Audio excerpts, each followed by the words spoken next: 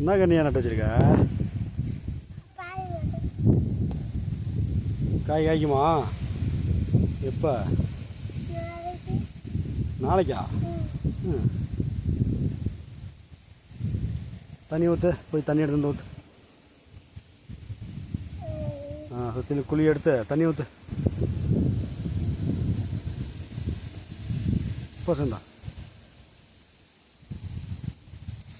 இது என்ன கண்ணு?